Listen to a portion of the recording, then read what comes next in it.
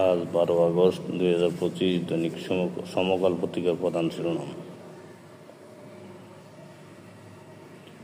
ইতিহাসের সবচেয়ে কঠিন আগামী নির্বাচন, তারেক রহমান। নওগাঁ জেলা বিএনপির সম্মেলন।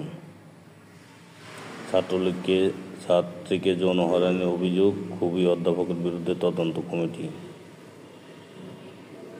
মার্কিন রাষ্ট্রদূত ও অস্ট্রেলিয়া হাইকমিশনের সঙ্গে এনসিপির নেতাদের সাক্ষাৎ।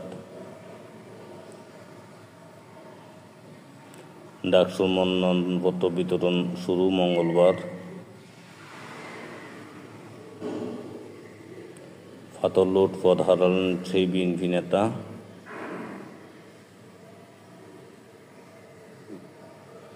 বেলুচিস্তানের মাজিদ ব্রিগেডকে বিদেশি সন্ত্রাসী সংগঠন ঘোষণা করল যুক্তরাষ্ট্র।